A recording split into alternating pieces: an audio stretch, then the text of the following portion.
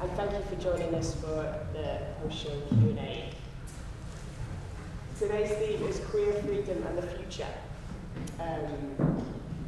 What we've been doing all week is celebrating, reflecting, talking about the amazing impact of this play, its enduring relevance and resilience, what it meant in 2009 and what it means today. We've seen performances. We've had 3 performances of the Gospel according to Jesus, Queen of Heaven. You'll see the closing night tonight. We've brought our Brazilian sisters all the way from Sao Paulo, Renata, Carvahlo.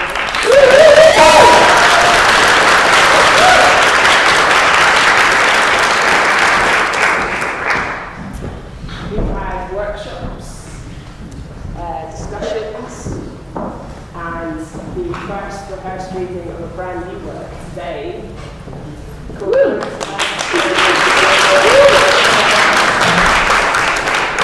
Untitled 2009, which is a brand new piece of work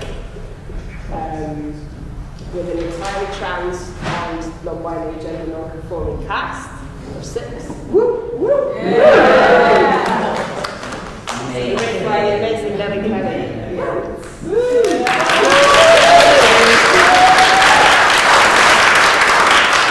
Something that we've been reflecting on probably wouldn't have been, well, it wasn't possible in 2009. So we're thinking about what's changed, what hasn't changed, how things are different across the world, what can we learn from each other and share, and what does the future look like, what can we imagine. And that's why we've assembled this amazing panel of people, including the absent person there who will be down after she's changed. So I am joined by Renata Carvahlo, who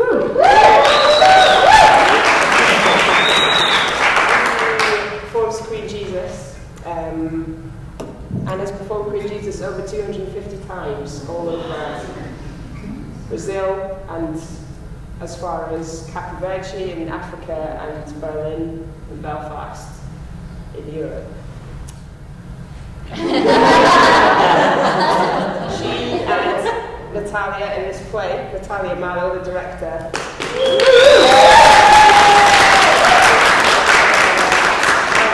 changed the face of Brazilian theatre forever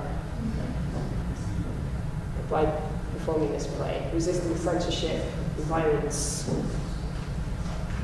and themselves to take this work around. So thank you so much for being here with us. To my left, I have Kashmiri.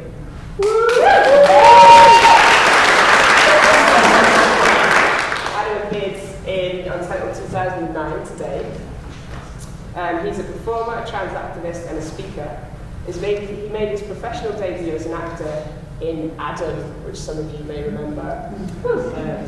The play won the Fringe First Award, the Scottish Arts Club Award, and was shortlisted for Amnesty International's Award for free speech. Adam Kashmiri. I also have Bibi.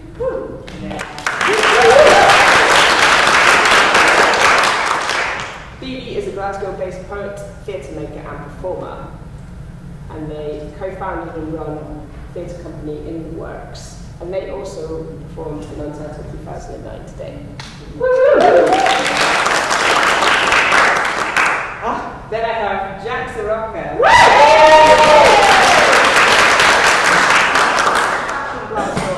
After a slight hiatus, and we're very, very, very, very honoured and pleased to have you here. Jack is also an associate artist with the Queen Jesus Productions and travelled with us on a momentous trip to Sao Paulo, where we first exchanged and met with these 2 amazing creatures with our director Susan Westfold. Very kind of you to join us, Jack.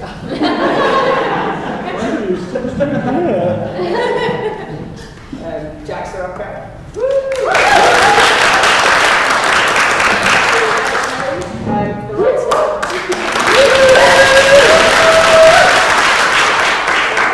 Untitled 2009 lives as well. And if you haven't caught their queries are gay, then make sure you do. And finally, John Clifford,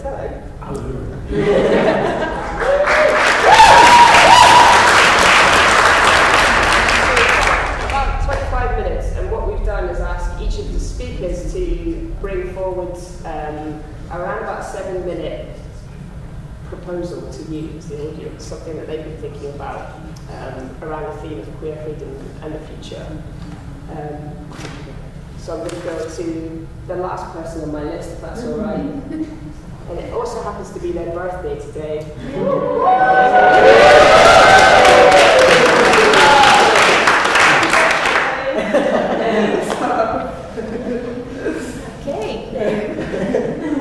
Also, I'm like an absolute emotional mess after that, so we talked for 2 minutes every bit.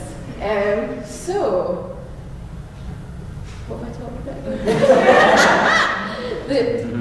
the show. Would you like to start with someone else? Would that be easier? No, okay. I got this. Yeah, so I was working on Untitled 2009 as a writer, and I managed to get to work on such a beautiful project because the Queen Jesus team came to me, and I remember it well. Annabel was like, "Do you want to write this play?" And I was like, "That sounds really good." Do you want to have a cast of trans and non-binary performers? And I was like, "You kidding on now?" And then it happened, and it, like, I feel like I'm still walking out my dream. Like, it's so beautiful. And so naturally I've been thinking a lot about Untitled 2009 in relation to the Gospel for Jesus Queen of Heaven, and also because I had to look at the kind of landscape of Glasgow 10 years ago to be able to write that play.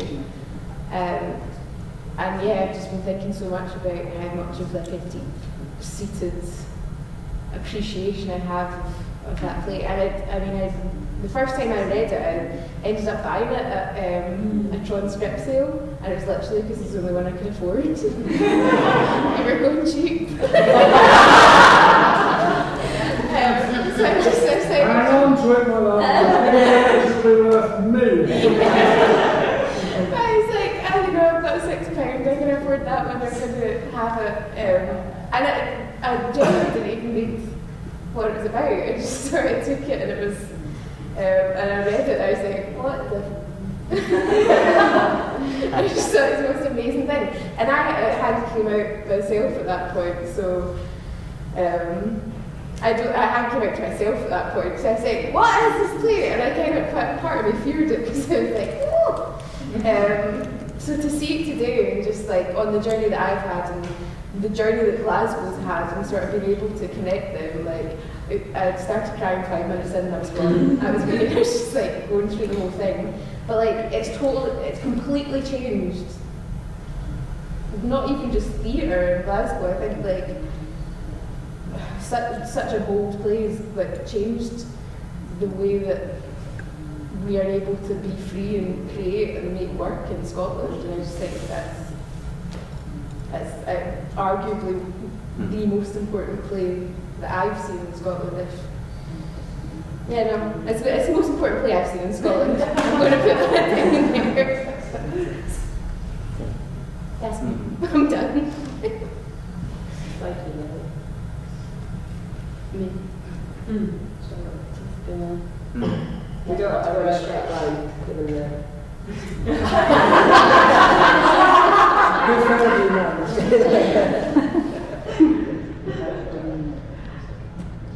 I'm Jack, and I call myself an artist in recovery and a full-time advocate for taking naps.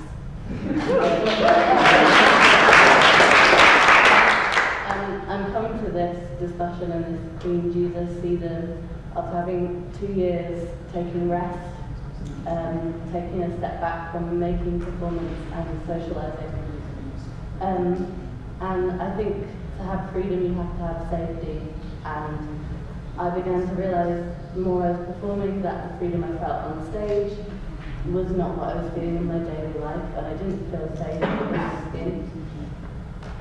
Feeling unwell and exhausted, I was doing so much presenting of my non-binary and queerness to everyone else that I neglected and lost touch with my own inner queer life. And so I had a process of healing and reconnecting with that and other parts of myself, which I'm very privileged to have up there. But jump back 2 years, or actually maybe even 3 years, and I've been invited to be associate artist and stage manager with Queen Jesus, and we went to Brazil. That was my first gig, and we went around the UK, and it's like amazing to see it in love. And I was always respected as an artist in that room, as well as having some strange and wonderful conversations with various people in community centres about where the light switches were and could we have candles. But I always felt safe in the team and watching the show, and it's always felt like, I think like you were saying earlier, somewhere that I belonged. And you should know that the care that we all feel in the show is absolutely replicated in the people working behind the scenes. But to the future, to me, a queer future is a bit of an oxymoron, because queer feels like a really present reaction and response to the current harmful systems that we're living in. And if we jump forward to some kind of future where everybody's queer, then like, what would queer be? And I know the concept of a future is a difficult thing for many queer and trans people, has been, continues to be, because of the threat of violence and hate and exclusion, and that means that literally the likelihood of making it is slimmer than cis-het people, straight people.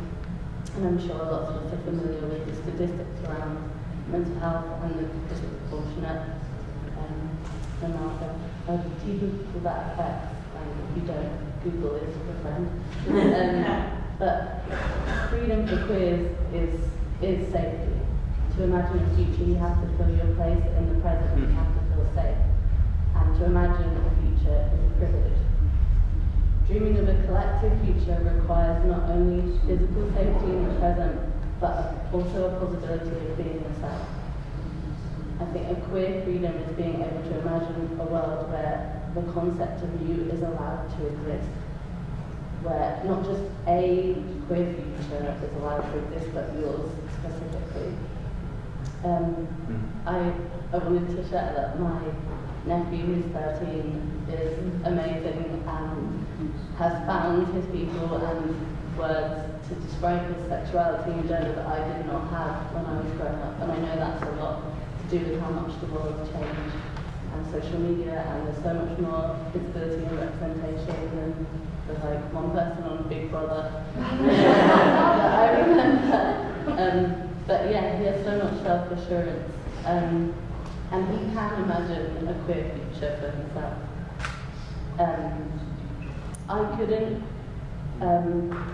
I couldn't imagine myself into the future because there was no way previously there was no words to grapple with my queerness.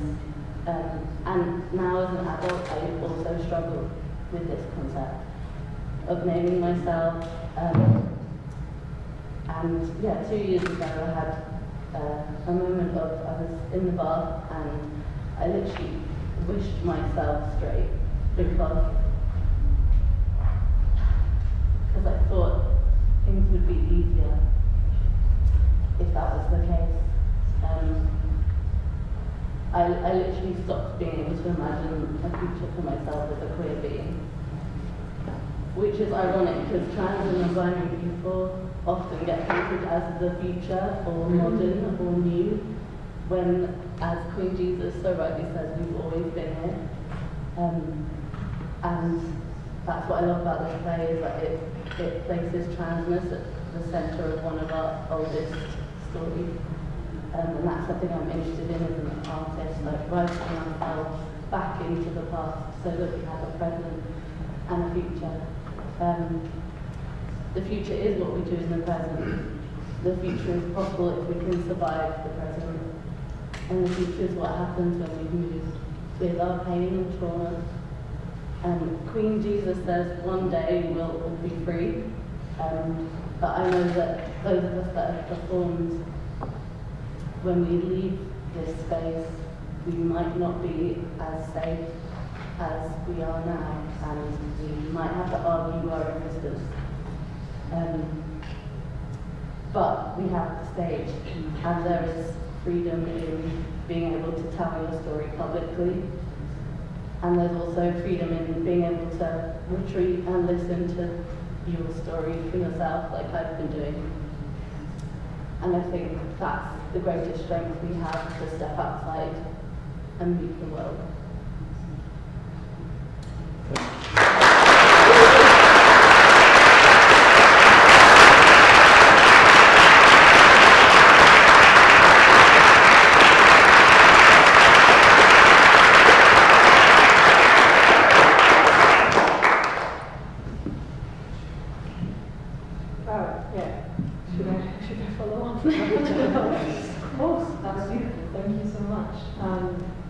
My name is Bibi. I'm a poet, performer, theatre maker, producer. I work too much. And all of that for me started with poetry. I didn't come into the arts or theatre from a very sort of standard path. I kind of rolled into it through performance poetry, which is sort of this dirty basement thing you do at Glasgow. A lot of it, it's fantastic. Go seek it out. It's great. And somehow, with a lot of coincidence and a lot of luck and a lot of hard work, managed to make something of a career out of that. And now I'm also an actor, which is great. Thank you. And it's not an easy path when you are not binary or queer or mixed race or working class or disabled, which is all the things I am. It's a lot of tick boxes on diversity forms. But it all started with poetry for me, and it all started with wanting to communicate with people in a way that I often struggle with. I think there's so much context to my experience as a human being that a lot of other people don't have, that I often struggle to, in conversation, make that connection and be able to communicate everything I wanted. So I thought if I managed to write it down, and if I managed to write it down in a way that entertains people, they'll listen.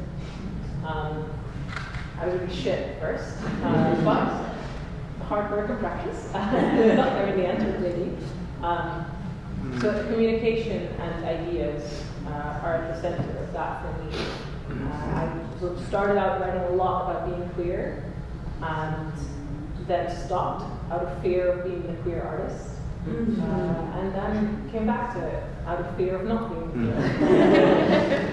And that's been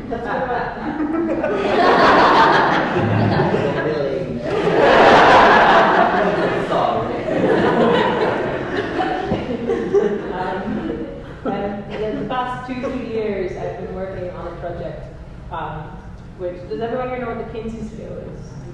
Yeah. Sometimes you get people who don't know. I'll explain it anyway in case someone's too ashamed. The Kinsey scale is this archaic measure of queerness, of gayness, really, that goes from 0 to 6, with 6 being like super, super gay, like too gay to function. Yeah, too gay to function, and 0 is like tragically straight. You're perfectly slap in the middle. You're like bisexual as I can't say that. You're very bisexual. Equal measure. If you see a cute guy, then you go, oh, cute girl too, because you have to have both. And obviously that's very binary and bullshit. But that was the measure, and that was decades ago. And it has a whole history, and it's much more interesting than what I'm making it out to be. But the point of it is that that's not how I experience queerness or have ever experienced queerness. But I did try to push myself into that a lot, because I thought that was what it was. And I mixed up gender and sexuality, and I did all the mistakes we all make when we're 12. And what I've been working on is rewriting the Kinsey scale. making it inclusive of the experience I've had, the experience that my friends and family around me have, and looking at queerness as a cultural identity rather than just a personal one. At the same time, I don't think as artists we always get to choose what we write about. So at the same time, I was thinking and writing a lot about the end of the world. We all know it's coming. And especially in relation to my generation of people, which is kind of young millennials. I think we grew up with a certain idea of what the world was going to look like for us, and then it became a very different thing as we were growing up. And I feel like that puts us in this state of constant terror and this constant dread of the end of the world that is coming. Even if it's not technically really true that it's going to be that quick or that. But it's there, fear is there. I feel like people younger than us have this great sort of, well, fuck it, if the world's ending, we're going to just have fun and enjoy it and fight for it anyway. And people older than us are like, yeah, we won't be there to see that anyway. And we're like, hold me, please. And so those two things, the queerness and the end of the world, then kind of became one thing to me. And I started realizing that queerness as a cultural identity ties in a lot with the end of the world, and that a lot of the things that queerness gives to me are things that I think that the world is going to need now that the world is kind of ending a little bit, at least humanity is a little bit. If we think about climate change, the way that queerness talks about community is this sort of great thing. If you have bigger families, not just nuclear families, suddenly you need less resources to have. It's really practical. It's really boring, but it's true. Found family, if you build these bigger families, great for the environment. A queer resilience, the way we learn to deal with our hurt and our anger and our trauma and our sadness, the way we learn to deal with that is going to be so important in a world that has constant trauma and constant sadness. All those things mean to me that queerness, which means so much to me as a person, I feel I'm going to have to open that up to the rest of the world. And I find that terrifying. I find that really, really scary because queerness has been so reactionary. Like you were talking, it's such a reactionary identity of people being cruel to you. And suddenly, for me, in my head, it clicked of, I need to open that up to the world, eventually. Not right now, it's too early. But eventually, for me, that's a solution. Not the solution, but it's a solution. And that means finding a courage in queerness and finding a sort of very deep trust in myself and my queerness to be able to open that up and to be able to say, you may not have this experience of queerness in the world, but I do. And I think you would love this. I think you would enjoy this. I think you would love the care and the trust and the safety that we bring each other. I think you would love to be held sometimes, even if you don't want to admit it to yourself. All those things. So that's my wisdom at 26 years of age that I'm bringing to you today. Thank you.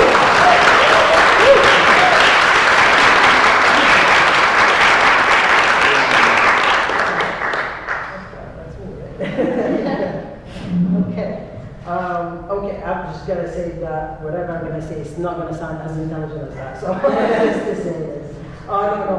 Honestly, in all honesty, it's just doing working on Untitled for 2009 has really spent in my head quite a lot. Considering that I'm Adam. I was born in Egypt, a Muslim. Being born a Muslim and trans is difficult. Never mind that I was in Egypt. Much like the Bible, it says God loves everyone, yet I grew up learning, listening, seeing, hearing nothing but hatred for people like me. And if your God disbelieves in his own creation, then why the hell would you believe in him? So that pretty much was the thought that I grew up with. I became an atheist throughout my teenage years. In my early 20s, I started thinking about the concept of God creating the same thing apparently God doesn't like. And I've got to say, it didn't make any bloody sense to me. Why would God, why would God plant a cucumber in his garden if he didn't like cucumbers, right? So I started digging a little bit more, and I was actually surprised to find that God never really said any of these things that I've been hearing my entire life. I don't know why I was surprised. Perhaps because I may have trusted people around me more than I've trusted my own creation of being. I don't know. And this is so wrong on so many levels. Being part of Untitled 2009 yesterday and today has shown me something I never really thought of before. Not only the queer community suffers from a serious lack of equality, visibility, danger, unjustified murders, and I can go forever.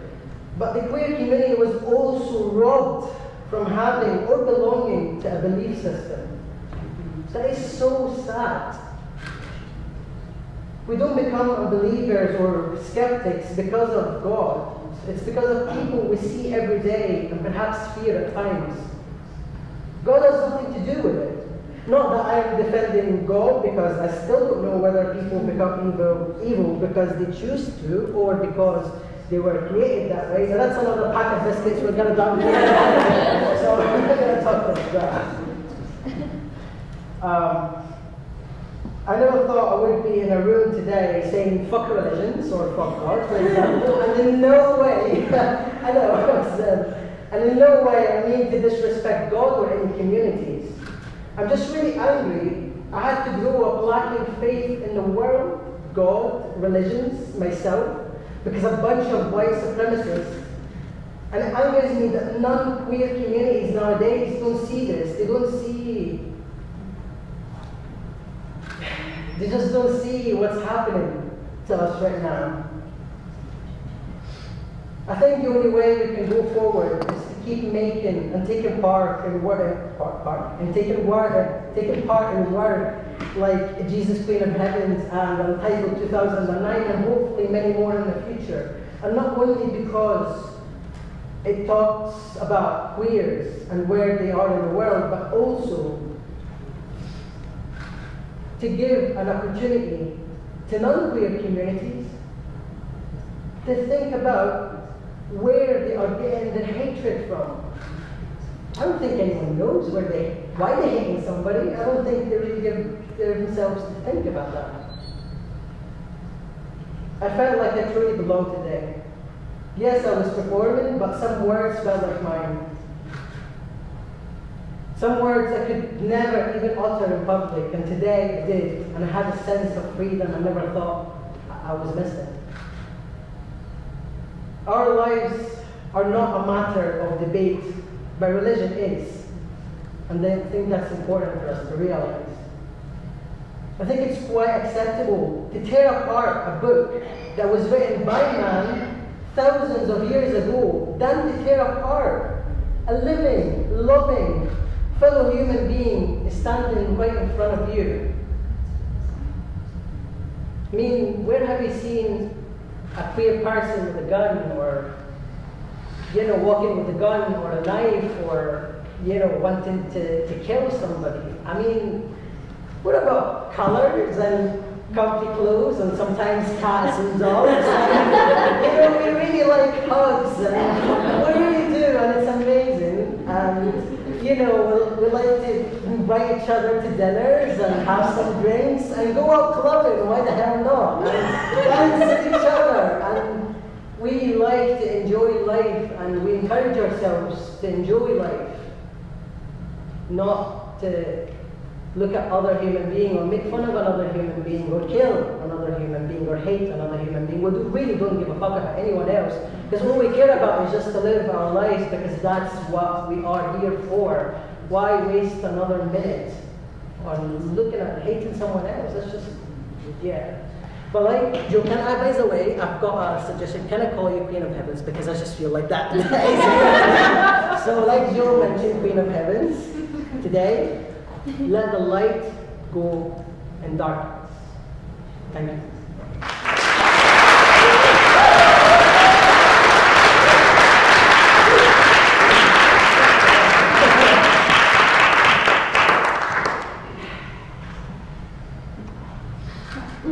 My turn.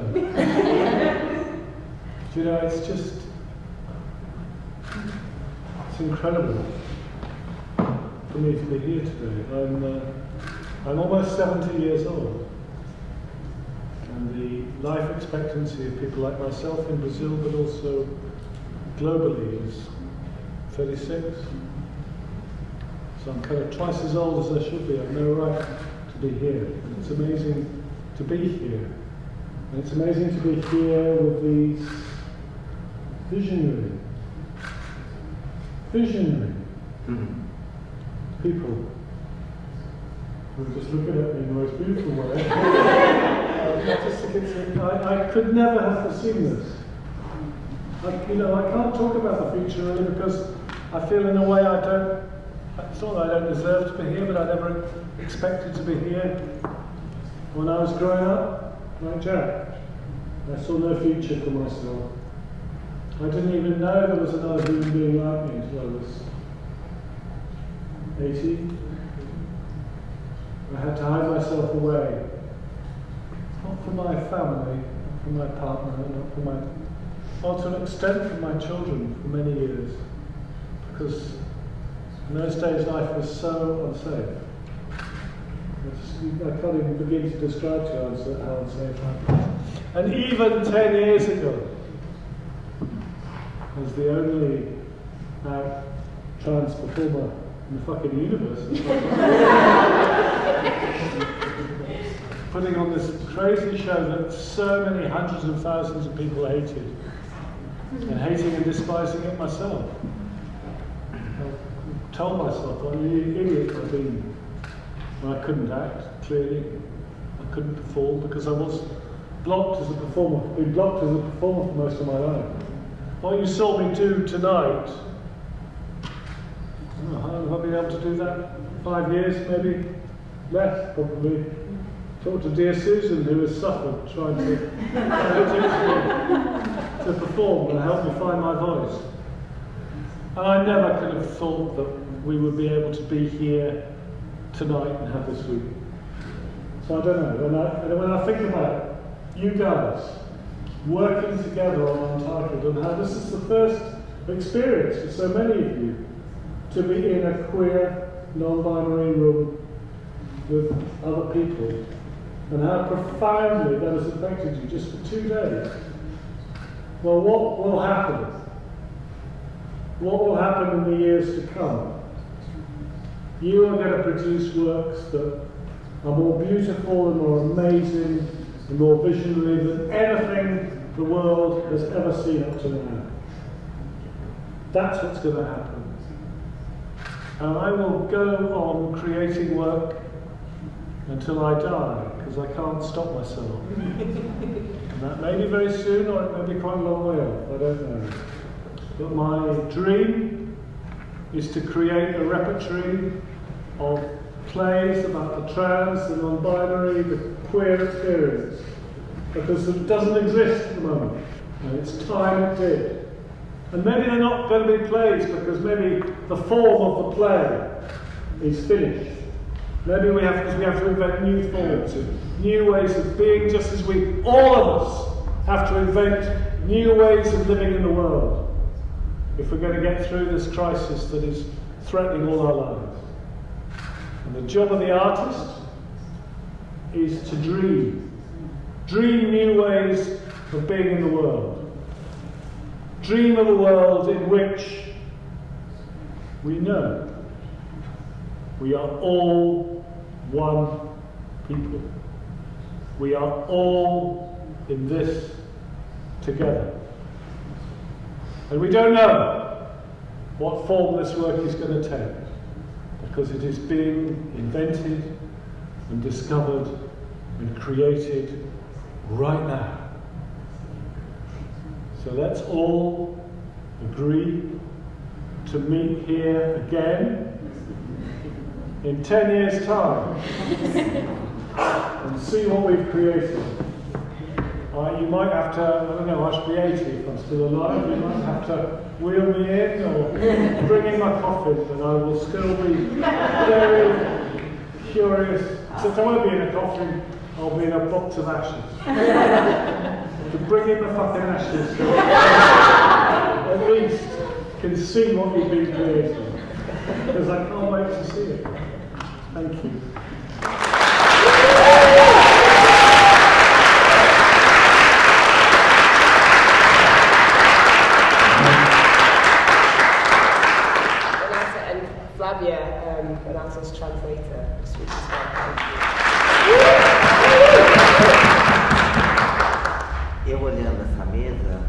When I look at this table, eu sinto que tenho que dizer uma coisa.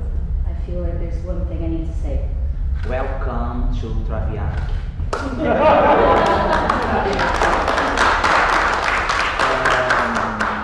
Esta peça This play foi grande divisor de águas para mim was a big como atriz. watershed for me as an actress.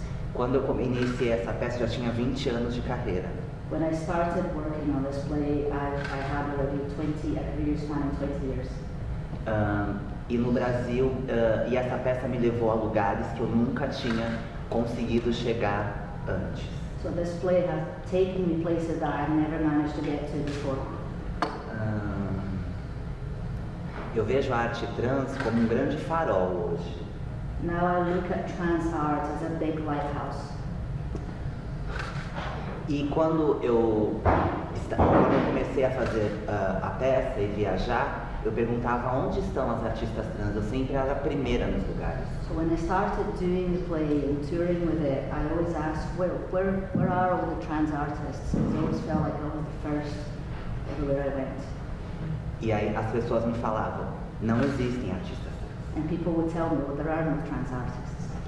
Daí eu criei no Brasil o Movimento Nacional de Artistas Trans. So I created in Brazil a national movement of trans artists. Que hoje tem mais de 100 pessoas.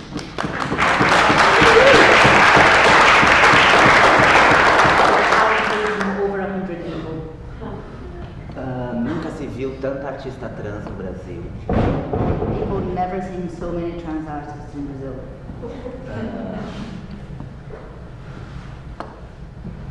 A representatividade, que é o que a gente luta no Brasil, Representation, which is what we fight for in Brazil. Ela traz consigo uma coisa fundamental, It brings one fundamental thing with it, que é o convívio com os nossos corpos. which is living with our bodies. E é no convívio que nós vamos tirar todas as mistificações, essas histórias em torno desse corpo. It's this living with the conviviality with our own body that would demystify it.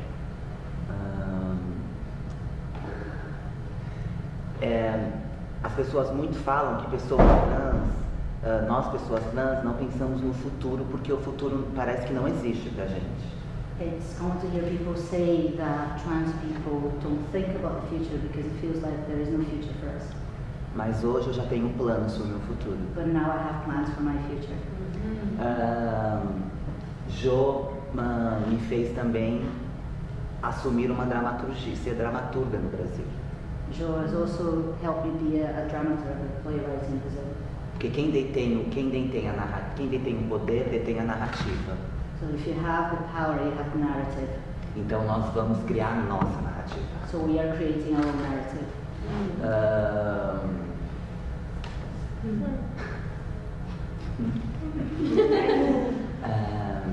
A violência que nós sofremos, eu digo que as pessoas trans têm uma sucessão de perdas.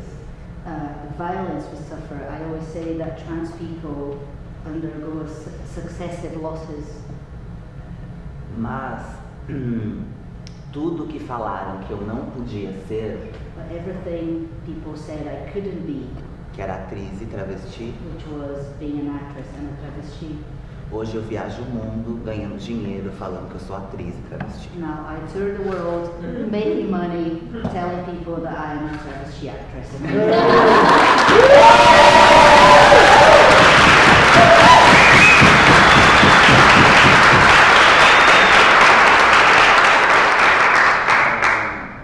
Eu percebo também que a maioria das pessoas trans estão doentes. I have also noticed that the majority of trans people are ill. Mas o que sempre me salvou e continua me salvando e me curando é o teatro. But what has always saved me, has always been there for me, and has always healed me is theatre. O teatro tem o poder de transformar pessoas, abrir corações e mentes. Theatre has the power of transforming people and opening hearts and minds. E colocar luz em temas tão obscuros na nossa sociedade. And shedding light into this really dark moment in our society. Então, que nós, pessoas trans, queers, não binary, precisamos nos juntar So all of us, trans, queer, non-binary people, we need to get together e termos orgulho da nossa existência. and we need to be proud of our existence. Desde que eu comecei a fazer Jesus, eu fiquei um pouco ateia. When I started, so since I started working on Jesus, I became a bit of an atheist.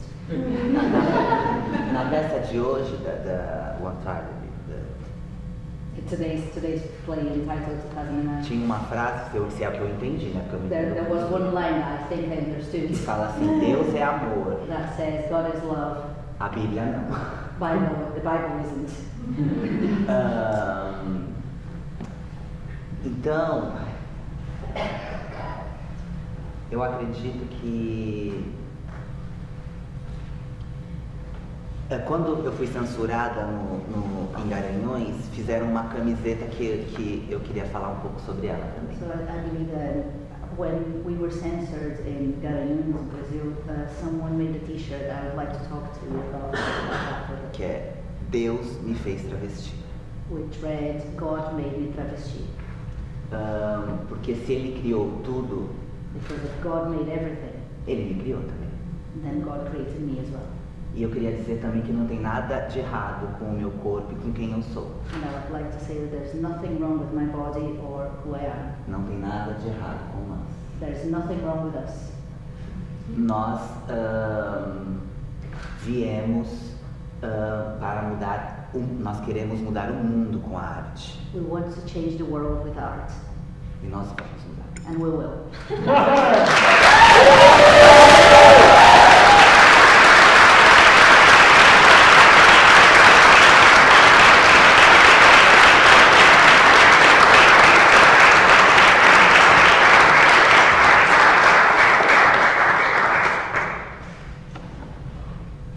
Unfortunately, we have to.